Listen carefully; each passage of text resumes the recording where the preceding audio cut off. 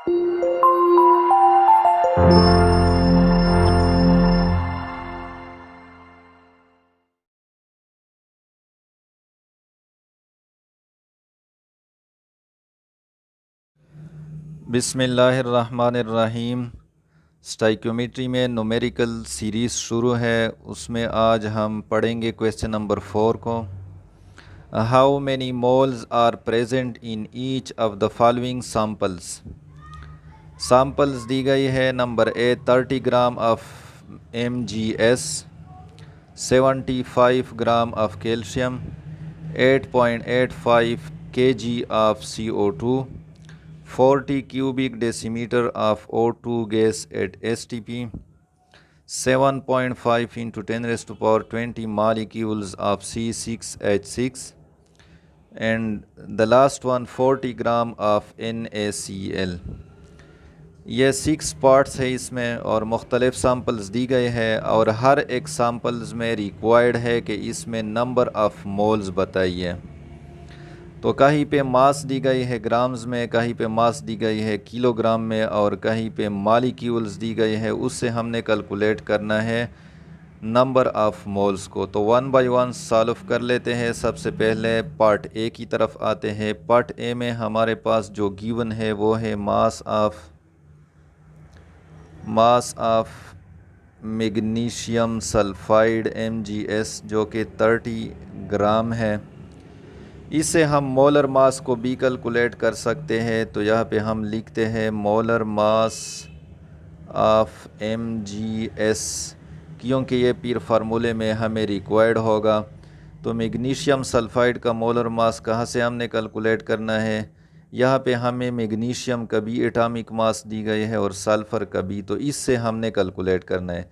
तो मैग्नीशियम का atomic mass 24 है, इसको प्लस कर ले सल्फ़र के एटॉमिक मास के साथ जो कि 32 है।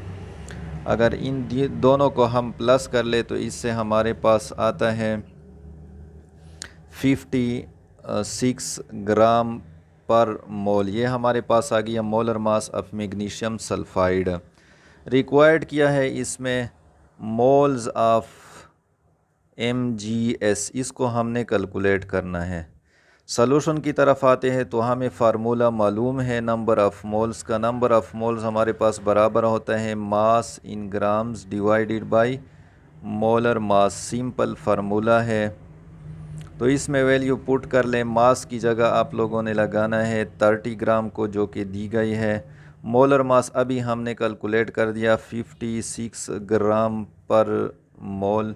तो 30 को 56 पे डिवाइड कर ले तो इससे हमारे पास आता है 0.535 मोल्स। ये ग्राम और ग्राम ऊपर नीचे कैंसिल हो जाएगा, यहाँ पे मोल जो है ऊपर चला जाएगा, तो 0.535 मोल्स आएंगे। नंबर ऑफ़ मोल्स किस चीज़ में, 30 gram of magnesium sulphide samples में। तो ये हमारे पास रिज़ल्ट आ गया। तो रिज़ल्ट में हम लिख सकते हैं 30 ग्राम ऑफ मैग्नीशियम सल्फाइड ये बराबर होगा 0.535 मोल्स। तो ये इतने मोल्स के बराबर हो गया। अब हम आते हैं पार्ट 2 की तरफ। पार्ट 2 में हमारे पास क्या है, पार्ट बी में 75 ग्राम ऑफ कैल्शियम दी गई है और इससे हमने कैलकुलेट करना है नंबर ऑफ़ मोल्स को। तो बिल्कुल इसी किस्म का क्वेश्चन है। नंबर 1 जो है गिवन में वो है मास ऑफ कैल्शियम 75 ग्राम। तो इसका मोलर मास भी होगा मोलर मास। तो इसका जो एटॉमिक मास है इसको हम लगा देते हैं ग्राम पर मोल में, तो ये मोलर मास हो जाएगा जो कि 40 है, दी गई है ग्राम पर मोल। मोलर मास को यानी इसका एटॉमिक मास को ग्राम में ज़ाहिर कर ले तो इसको हम मोलर मास कहते हैं। रिक्वायर्ड किया है नंबर ऑफ़ मोल्स, रिक्वायर्ड है नंबर ऑफ़ मोल्स, ये हमने मालूम करना है। बिल्कुल वही फार्मूला आप लोगों ने लगाना है सॉल्यूशन में। नंबर ऑफ़ मोल्स बराबर होता है मास डिवाइडेड बाय मोलर मास। तो इसमें वैल्यू पुट कर लें। मास की जगह हमारे पास है 75 ग्राम और मोलर मास की जगह हमारे पास 40 ग्राम पर मोल है। 75 को डिवाइड कर ले 40 पे तो इससे हमारे पास आएगा 1.875 मोल्स। तो ये हमारे पास रिज़ल्ट आ गया। तो रिज़ल्ट में हम लिख सकते हैं 75 ग्राम ऑफ कैल्शियम ये बराबर होगा 1.875 मोल, यानी इतने मोल्स 75 ग्राम ऑफ कैल्शियम में आते हैं। नेक्स्ट हम पार्ट सी की तरफ आते हैं। तो पार्ट सी में हमारे पास कार्बन डाइऑक्साइड का मास दी गई है, किस चीज़ में दी गई है? किलोग्राम में। और आप लोगों को पता है कि हमें फार्मूला में ग्राम में रिक्वायर्ड है, तो सबसे पहले हमने इसको कन्वर्ट करना है ग्राम में। तो मास ऑफ CO2 कितना है? 8.85 kg। तो kg को ग्राम में कन्वर्ट कर ले, किस तरह? 8.85 को 1000 से मल्टीप्लाई कर ले तो ये ऑटोमेटिकली कन्वर्ट हो जाए किस चीज़ में? ग्राम में। तो 8.85 मल्टीप्लाइड बाई 1000 आप कर ले तो इससे हमारे पास आ जाएगा 8850 ग्राम। तो ये ग्राम में कन्वर्ट हो गया क्योंकि फार्मूले में हमारे पास जो मास होता है वो ग्राम में होता है। इसके बाद मोलर मास हमने कैलकुलेट करना है किस चीज़ का? कार्बन डाइऑक्साइड का। मोलर मास ऑफ CO2 क्योंकि मोलर मास भी रिक्वायर्ड होता है फार्मूले में।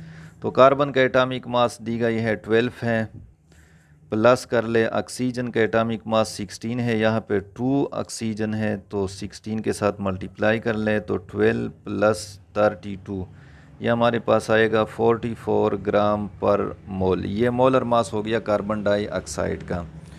इसके बाद सॉल्यूशन में वही फार्मूला लगाना है, नंबर ऑफ़ मोल्स बराबर होता है मास डिवाइडेड बाय मोलर मास। तो मास भी हमारे पास मौजूद है 8850 ग्राम डिवाइडेड बाय मोलर मास 44 ग्राम पर मोल। अभी हमने कैलकुलेट कर दिया, ग्राम ऊपर नीचे कैंसिल हो जाएगा, मोल ऊपर चला जाएगा। इस वैल्यू को 44 पे डिवाइड कर ले तो इससे हमारे पास आता है 201.135 मोल। तो ये हमारे पास नंबर ऑफ़ मोल आ गए किस चीज़ में? रिज़ल्ट में हम लिख देते हैं 8.85 kg ऑफ कार्बन डाइऑक्साइड ये बराबर होगा 201.135 मोल्स के, इतने मोल्स के बराबर होता है। अब हमने कैलकुलेट करना है पार्ट डी में जो कि ऑक्सीजन गैस दी गई है, oxygen gas at STP। STP का मतलब होता है standard temperature and pressure. Volume दी गई है किस चीज़ का? ऑक्सीजन का। तो volume of O2 gas, oxygen gas का at STP standard temperature and pressure. Standard temperature and pressure कौन सा होता है? टेम्परेचर 0 डिग्री और प्रेशर 1 atm। अगर इस पे किसी गैस का वॉल्यूम हो तो उसको हम STP कहते हैं।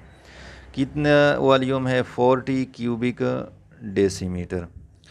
और इसके साथ दूसरा जो चीज़ जुड़ा हुआ है वो है मोलर वॉल्यूम, जो कि STP पे हमें मालूम होता है। मोलर वॉल्यूम एट STP किसी भी गैस का मोलर वॉल्यूम STP पे कितना होता है? 22.4 क्यूबिक डेसीमीटर। ये हमें ऑलरेडी मालूम है, ये नॉन वैल्यू है, मालूम वैल्यू है।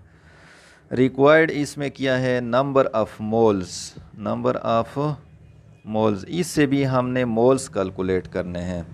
तो सॉल्यूशन की तरफ आते हैं। सॉल्यूशन में हमारे पास नंबर ऑफ़ मोल्स के लिए फार्मूला है इन केस ऑफ वॉल्यूम। अगर आपके पास गैसियस सब्सटेंस है और उसका वॉल्यूम दी गई है तो उसके लिए एक अलग फार्मूला है, वो है नंबर ऑफ़ मोल बराबर होता है volume in cubic decimetre divided by molar volume. Molar volume जो कि कांस्टेंट वैल्यू है 22.4 क्यूबिक डेसीमीटर। तो वॉल्यूम हमें दी गई है 40, यहाँ पे लगा दें। और मोलर वॉल्यूम हमें मालूम है 22.4 क्यूबिक डेसीमीटर पर मोल, इसको हम मोलर वॉल्यूम कहते हैं। तो 40 को डिवाइड कर लें 22.4 पे तो इससे हमारे पास नंबर ऑफ़ मोल्स कितने आएंगे? 1.785 मोल। तो रिज़ल्ट में हम लिख सकते हैं कि 40 cubic decimetre of O2 gas at STP standard temperature and pressure पे कितने मोल्स के बराबर होता है? 1.785 मोल्स के बराबर होता है। तो ये हमारे पास रिज़ल्ट आ गया।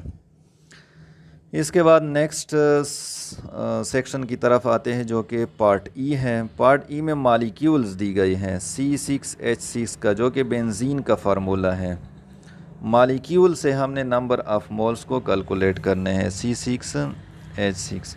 तो यहाँ पे मालिक्यूल्स दी गई हैं, मालिक्यूल्स ऑफ C6H6 कितने हैं? 7.5 इंटू 10⁻20 मालिक्यूल्स दी गई हैं।